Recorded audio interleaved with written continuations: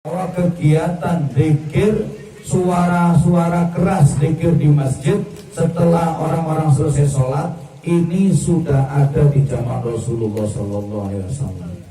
Waqala, beliau melanjutkan perkataannya, kuntu a'lamu annahum insorofu bidzalika idza samituhu. Dan saya pada saat itu saya ngerti kalau sholat itu sudah selesai ketika mendengar ada suara zikir keras di masjid.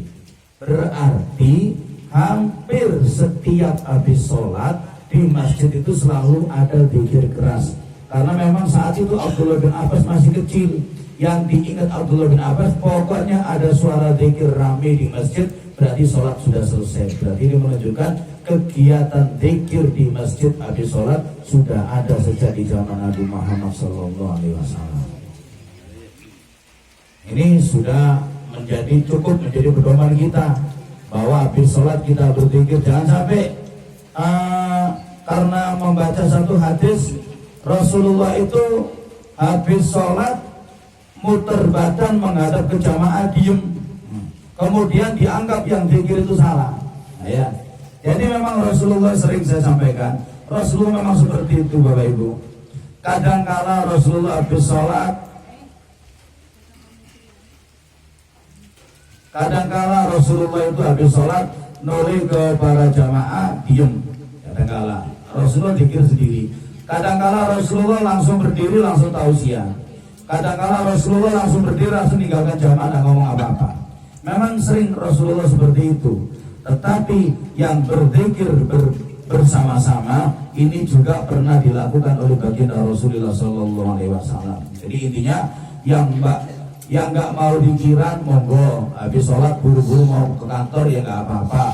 Yang dikiran jangan disalahkan. Itu intinya. Sebenarnya kalau kita tahu dengan banyak keterangan kita akan saling menghargai. Ini keterangan ini juga menunjukkan bahwa zikir bersama ini bukan hukum wajib dan juga bukan hukum haram, apalagi makruh atau haram, tidak seperti itu. Jadi boleh yang memang habis sholat masih ada waktu luang, bolehlah kita diem di masjid sambil berzikir. Kalau memang buru-buru, bolehlah kita habis sholat langsung tinggalkan tempat, tidak masalah. Qala Syekh Ismail Utsman bin Zain Al-Yamani. Syekh Ismail bin Zain Al-Yamani seorang ulama yang sangat terkenal. Beliau adalah guru daripada Raholil As'ad, ya, pengarang kitab Qurratul Aini. Beliau berkata, wa dzalika dalilul masru'iyyati wal fadilati. Ini adalah dalil yang masru', yang mengandung keutamaan.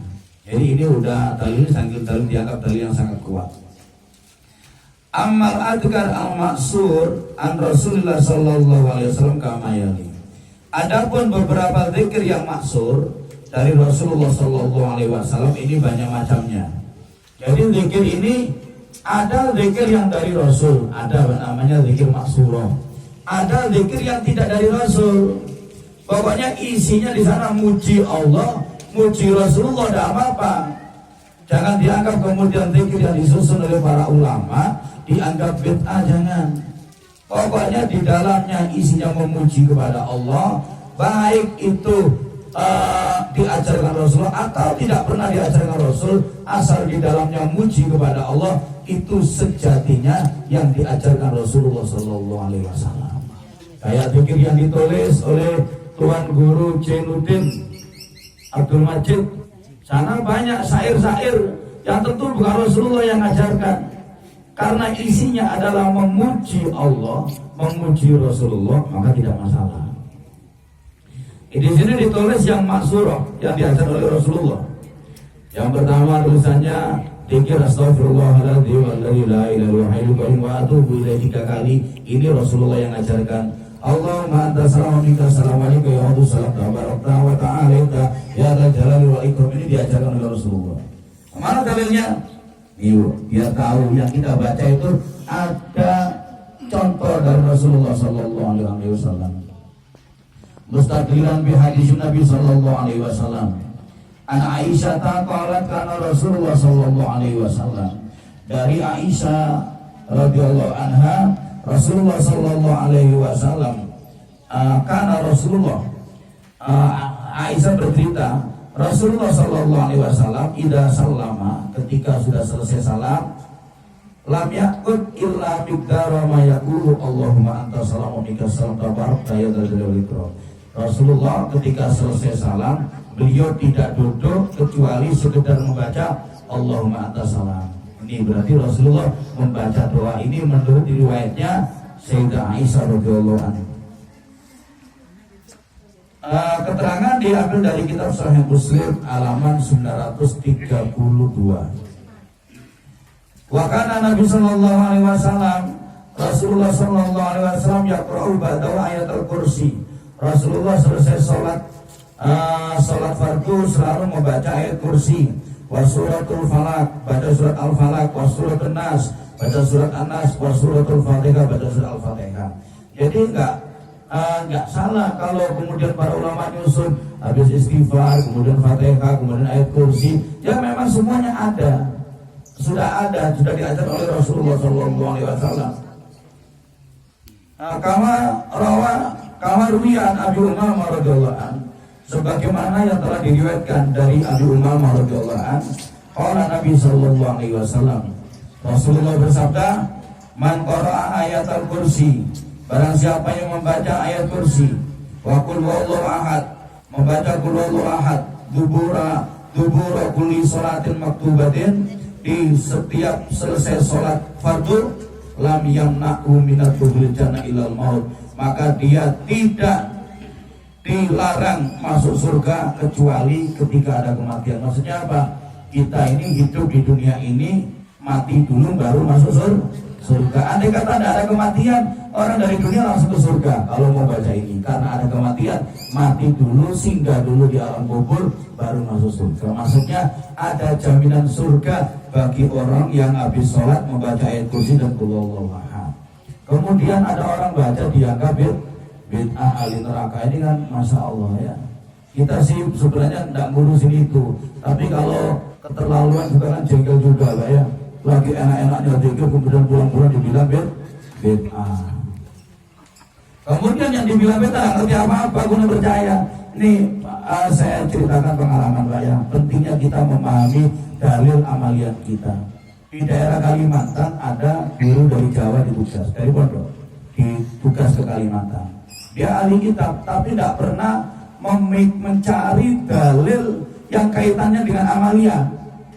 Nyampe di Kalimantan, di daerah Samarinda, ya berlaku tahlilan, atau acara 4 bulanan, acara 7 bulanan, macam-macam acara tradisi.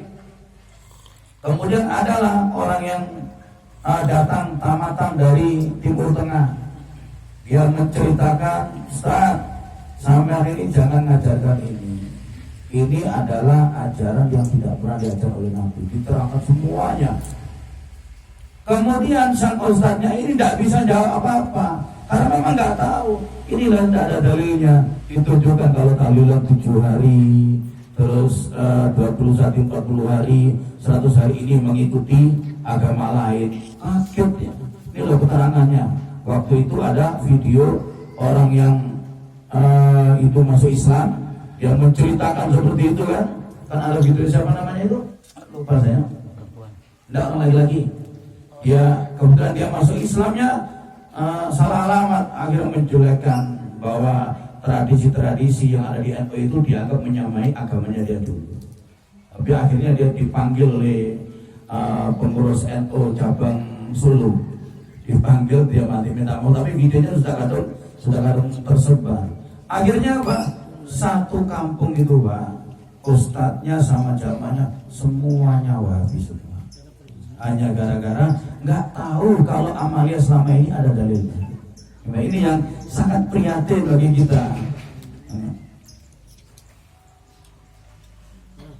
Kalau kita bicara tentang masalah golongan kelompok, itu nanti insya Allah mungkin kegiatan berikutnya mungkin saya bacakan kitab yang ditulis Mbah Hasyim Asy'ari. Tidak hanya sekedar masalah akidah, tapi masalah kemanusiaan. Ketika akidah yang di Amalia NO ini kemudian dihilangkan, kalah kemudian. Ini tidak hanya masalah akidah saja, tidak hanya masalah amali-amali kita, tapi masalah kehidupan nantinya, di mana terjadinya peperangan yang ada di Timur Tengah itu tidak lepas dari penyebaran pemahaman ini. Ini sangat sekali Pak ya. Nah, kita lanjutkan. An Uqbah bin Amir qala amarani Rasulullah sallallahu alaihi wasallam. Dari Uqbah bin Amir, beliau berkata Rasulullah perintah kepadaku an aqra al-muawwidata ti dubura kulli sholatin.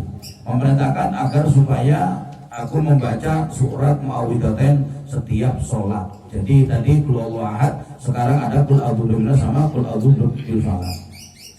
Selanjutnya di dalam zikir bacaan sholat yang kita amalkan, ini ada zikir baca tasbih 33, Alhamdulillah 33, Allah Akbar 33. Kenapa sih kok harus 33? Kok enggak sekalian 40 aja? Kok enggak sekalian 50 kok 33? Ini enggak sembarangan Pak, memang ada tuntunannya. Ini kalau tuntunannya memerintahkan kita membaca 33, ya sudah 33 yang kita baca, tidak boleh lebih, tidak boleh kurang. Amalan itu katanya Habib Novel seperti kunci, yang namanya kunci itu harus pas. Kalau misalnya giginya kunci itu cuma 4, kemudian kita pakai gigi 5 biar mantepan, ya tidak bisa pakai buka.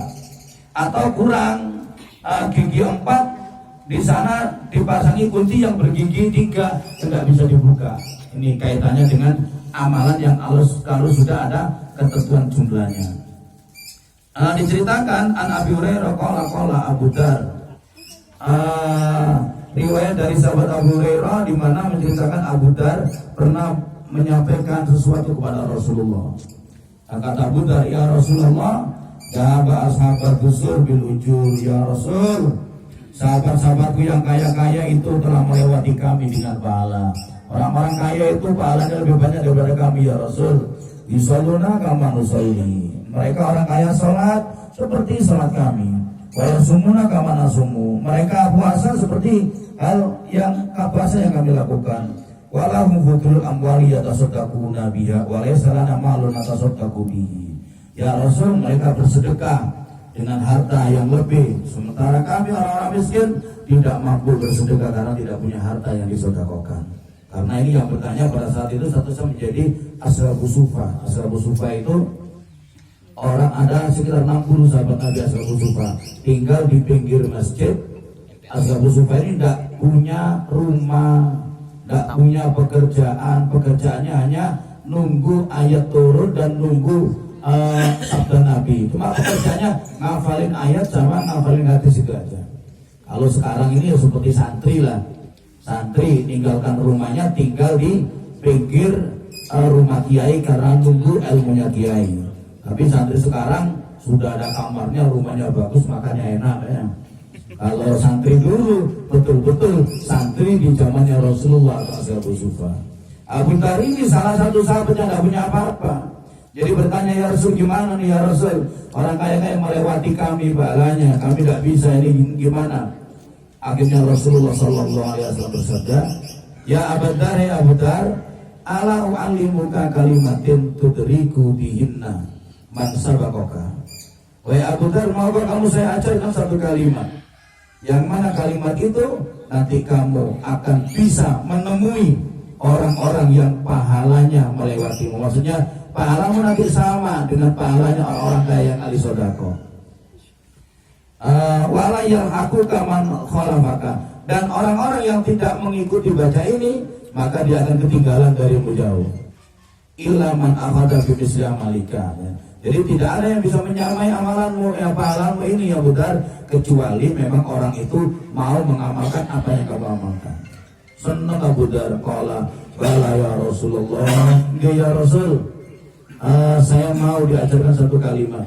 Rasulullah bersabda, tukabbirullaha azza wa jalla dubura kulli salatin salasan wa salasina. Bacalah takbir Agungkan Allah dengan baca takbir setiap sholat 33 kali. Wa tahmaduhu salasan wa salasina, dan bacalah tahmid alhamdulillah 33 kali. Wa tusabbihu salasan wa salasina, dan bacalah tasbih 33 kali. Wa taqdimuha bila ilaha illallah wahdahu la syarikalah lahul mulku wal hamdu wa huwa ala kulli syai'in qadir. Dan tutuplah zikirmu itu dengan kalimat la ilaha illallah wahdahu la syarikalah lahul mulku wal hamdu wa huwa ala kulli syai'in qadir. Ghufirat lahu dzunubuhu wa law kana mislu zabatil bahri, maka dosamu akan diampuni walaupun dosamu luasnya seperti bui di lautan. Senang Abu Dzar, diamalkan Abu Dzar.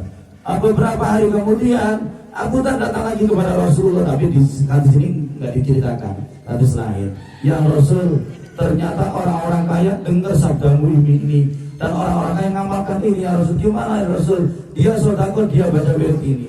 Rasulullah tersenyum. Akhirnya Rasul katakan, wahai Abu Dzar, itulah ketentuan Allah Subhanahu wa Ta'ala. Maksudnya, kok ada orang kaya ahli sedekah kok masih rajin pikiran, ini berarti luar biasa. Bapak Ibu pengurus Persatuan Guru Nahdlatul Ulama Kabupaten Karangasem yang kami hormati, demikianlah sekilas tentang masalah keterangan tentang kegiatan kita membaca dzikir setelah sholat. Intinya, saya sampaikan, intinya amalan apa saja yang ada di kita, apa saja, walaupun kelihatannya tidak ada dalil, semuanya ada dalilnya. Para ulama kita itu punya dasar. Sampai 4 bulanan apa ada di zaman Nabi. Dalil itu Bapak Ibu ya, dalil itu begini.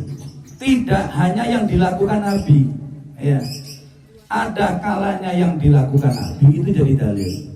Kemudian ada kalanya yang diucapkan Nabi itu juga dalil. Walaupun Nabi tidak pernah mengamalkan, walaupun tidak pernah dilakukan di zaman Nabi, tapi Nabi pernah menyampaikan. Atau dari tikrornya Nabi atau penetapan Nabi, atau dari intisari makna 3 tadi. Rasulullah tidak pernah mengamalkan memang. Secara tegas dalil ucapan Nabi juga nggak ada, tapi dari makna ucapan Nabi itu mengandung amalan itu, maka itu diperbolehkan. Contohnya apa? Contohnya peringatan Maulid Nabi ya.